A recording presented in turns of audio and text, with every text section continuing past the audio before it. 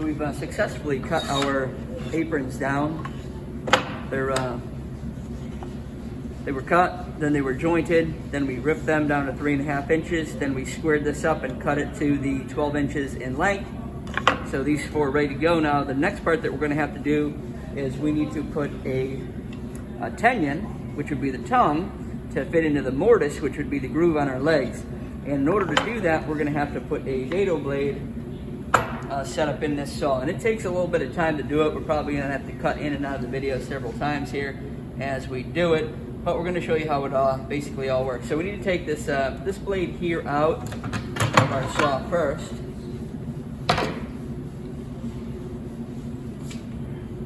Take this guard out.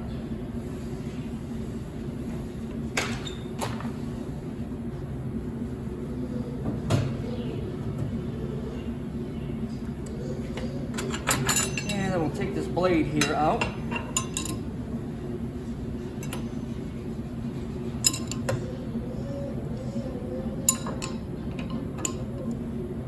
Particular saw is a lefty loosey. Oh, baby was in there.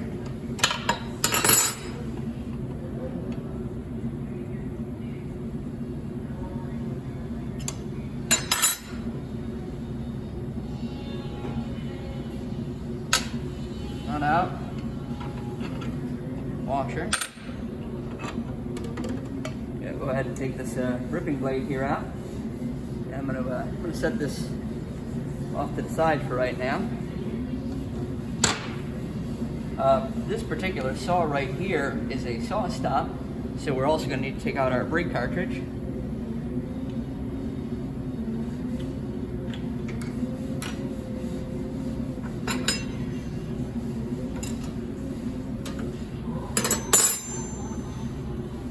And this is for our regular 10-inch blade. And this happens to be a brake cartridge for our 8-inch dado blade. You'll notice it's thicker.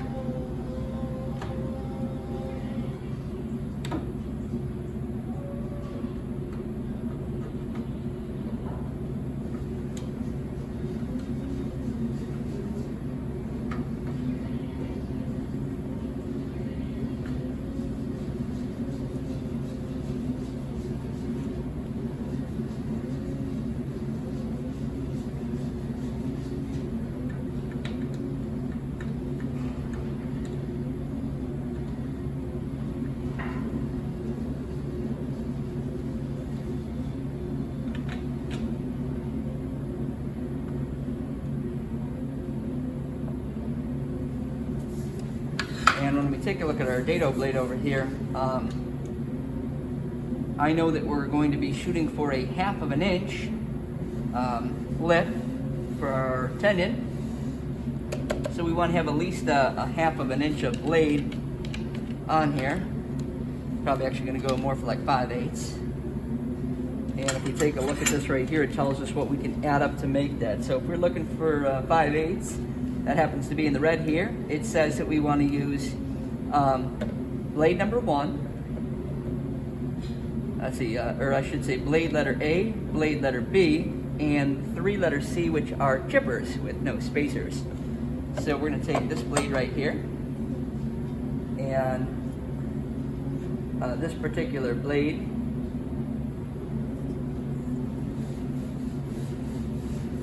is going to be on our outside diameter.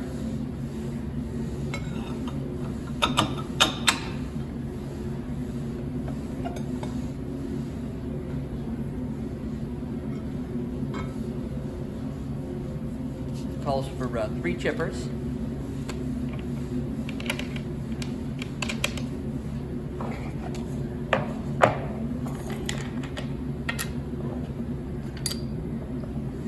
So this is a chipper. And I'm just going to put this in and space it out in here so it doesn't hit our blade in an awkward way or get bound up on it on itself. Take out we don't need any spacers, didn't call for any. This one here, I'll just turn it. This.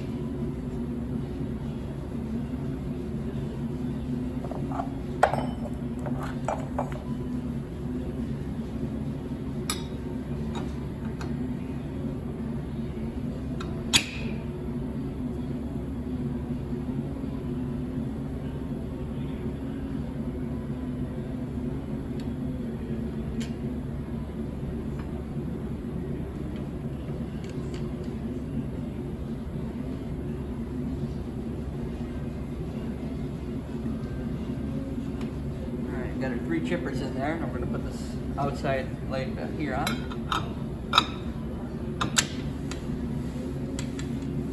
And I can tell it's wobbling on me, so it's not in an area that I want it to be. So I have to move it a little bit.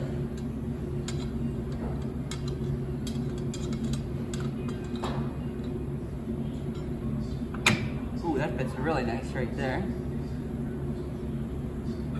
And we're going to see if we need, if we have enough room for this washer. A lot of times with the dado blade, we don't put the washer back on because it doesn't leave enough of the arbor for us to get a nut on.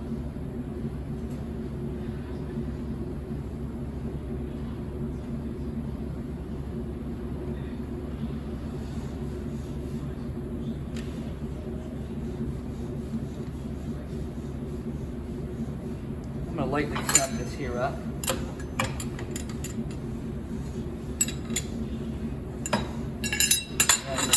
Spin it by hand. Make sure that I'm decently snug where I want to be. It's pretty good. Go ahead and tighten it up the rest of the way.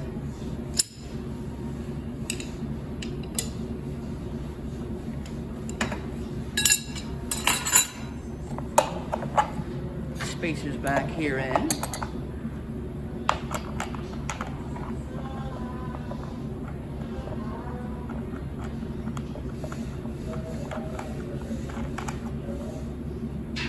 And we're not going to use any type of a wedge guard on this, so I'm just going to go ahead and put this back down. And I'm going to check that my blade spacing is this distance right here, which is 7/100ths of an inch.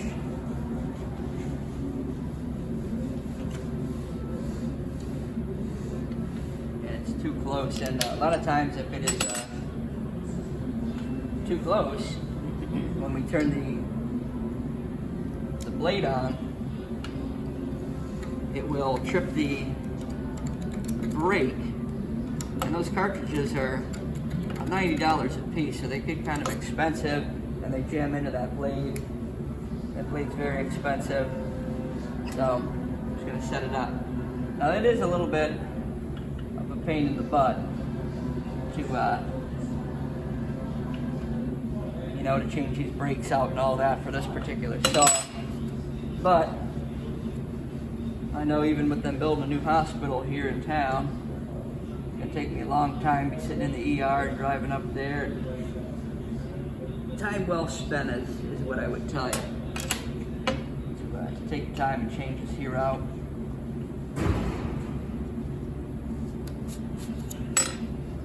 Peace of mind.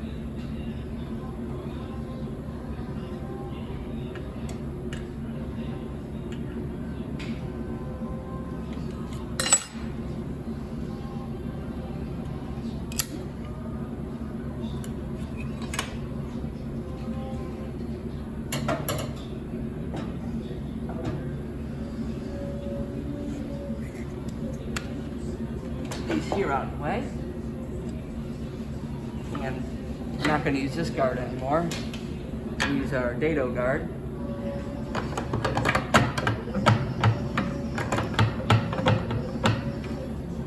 We're going to carefully slide this here in. I'm going to lower that blade down a smidgen too. The blade's pretty high. We don't need it to be that high.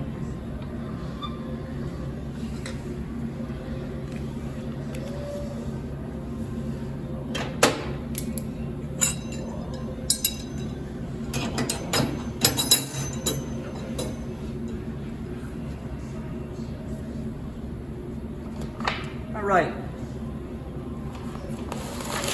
So when we look at our packet right here, it says that we're going to be chipping out a section that's 1/2 of an inch, which means 1/2 of an inch roughly this way here, by 1/4 of an inch, like so. And what we're going to have to do is we're going to have to get one of a scrap piece and one of our legs, and we're going to make a few tests first before we actually do it on this one here. and I'm going to show you a couple other things that we're going to set up on this here when we cut back into this video. But it took us a little bit of time to go ahead and actually get it set up to do this step. And this is why it's important when I tell you guys in class that, hey, we need to all be doing this stuff on, you know, these particular days, because you notice it took me a while to go ahead and take this put this dado blade in and take the other one out. And if I have to change this every single class period, it's going to be taking me, you know, a solid 10 minutes to swap it in and out real fast. And there's nothing fast about that. So we kind of do things in step. We get everybody ready to go. We do that assembly line and run it down through.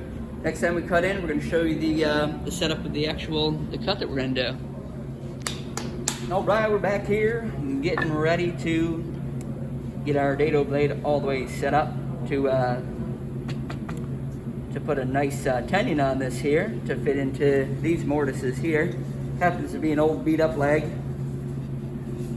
We're just going to use this to test our tenon, make sure it fits into these mortise at 1/4 inch groove right there. Anyways, so we're going to go ahead and set this bad boy here on up, and I know that I want to take off a 1/2 inch off of this edge right here, and I know that we have in 5/8 inches of blade. So what we're going to wind up having to do is have a scrap piece right here so that the blade comes up through this and it doesn't hit our fence. I'm going to explain it to you. It might make a little bit more sense here when I do it like this. I'm going to go ahead and just confirm that this is centered, which it is. I'm just going to use 2 little clamps right here.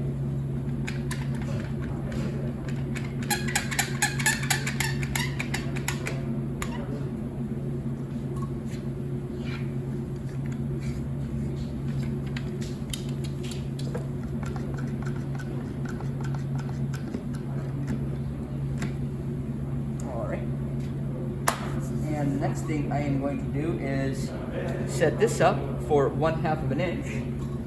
And naturally I left my tape measure somewhere.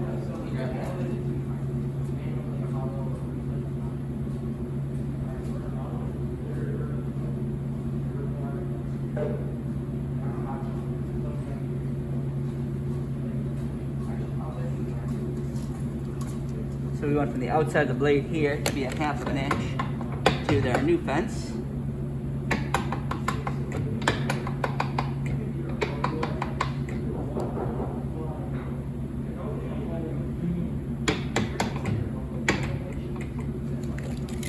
That there looks pretty darn nice.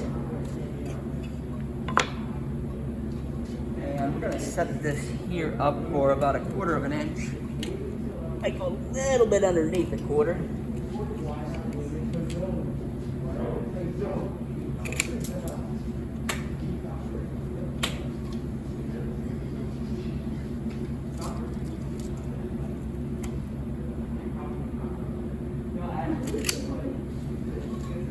Alright, well that there is really close to a 1/4 inch. I happen to believe that it's going to be a little bit less, but what we're planning on doing is, since this here is 3/4 inch and we want a 1/4 inch for a tenon, we want to take off a 1/4 plus a 1/4, which will be a 1/2 inch total, leaving us the remaining 1/4 left, and that will be our 1/4 inch tenon, which will fit into our 1/4 inch groove. So what I'm going to do right now is I'm going to grab my square, put this down around here, make sure it's nice and square with my table, and we're going to run these down through like this. I'm going to go over a couple of things that I like to do. When we run this through, you'll notice that when I run this through, I'm going to hold this like this. My thumb's behind it, my fingers pressing down, and I'm kind of like pulling it together like this. I don't really want to push too hard this way because where the blade is right here, it could sneak in a smidgen. So we're just going to hold it like this and push it on down through. I'm going to go ahead and turn the dust collector on, and we'll give it a shot.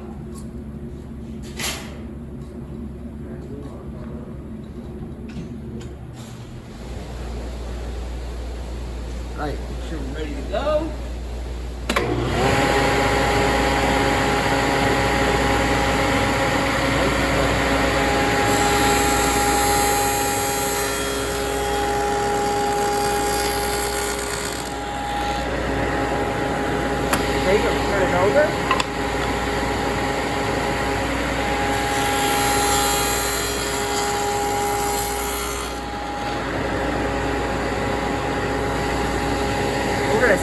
fits in. A little bit too big yet. So I'm gonna go up a little bit. And run it back through.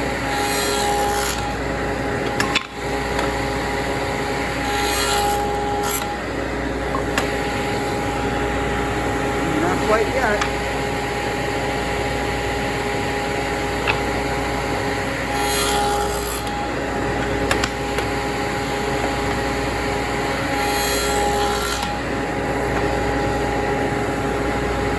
Very close. Super, super close. I'm gonna go just a little bit.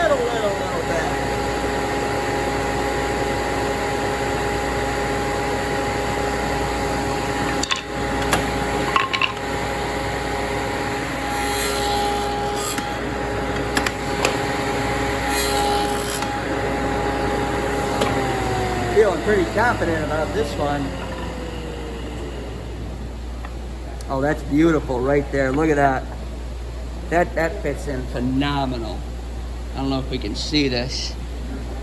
That fits in absolutely positively beautiful.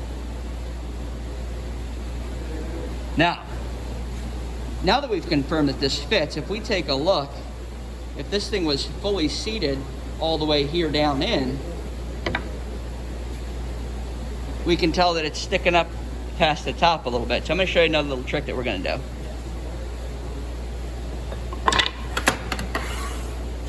So when we do these, we run them through yes this way, yes this way, and then we're going to turn it up on our end and do both of these sides.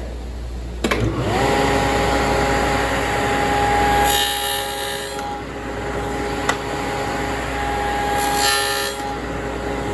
me demonstrate on this side.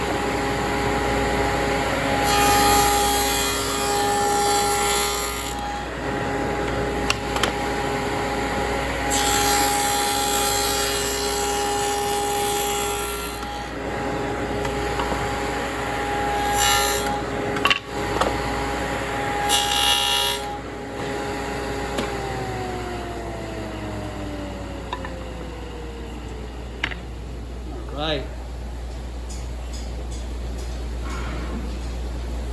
And boy, this here fits really, really, really nice. If we see it sticking up past the top ever so slightly, what we would actually do is on this little section right down here, what we'll wind up doing is taking a small coping saw and we're just going to cut off a little bit. So in essence, it would almost be like us going like this.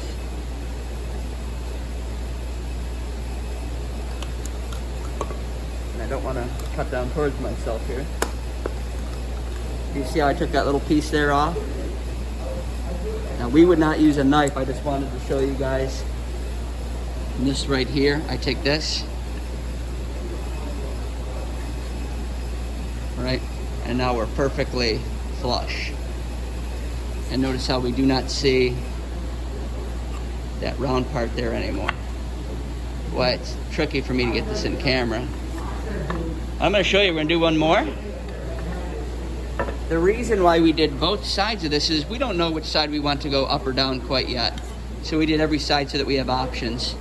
We're going to be painting this, so a lot of times the grain really doesn't matter, but if we had like a chip or a knot or something like that, we'd put it on towards the inside so that we wouldn't see it. But other than that, it's going to be painted black.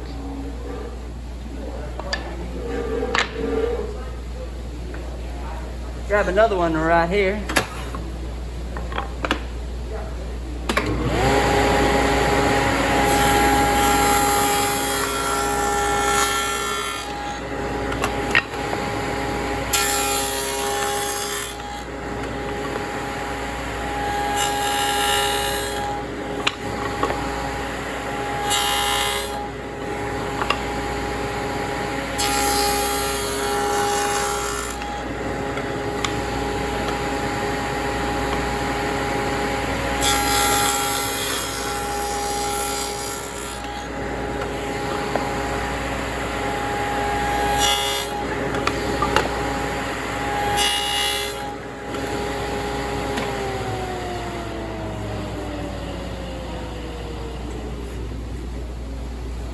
swimwear. Looks beautiful. Now if we take a look right down here at the very, very bottom, I don't even know if you can see it. It's a slight gap from where the saw blade took a little bit more off this side. Same thing, like I said, why we sometimes switch them around side to side is we would be able to hide that little gap up here at the top. Even if when we paint this here, you would never see that. It looks like they're all going to be a smidgen too high. That's not a big deal.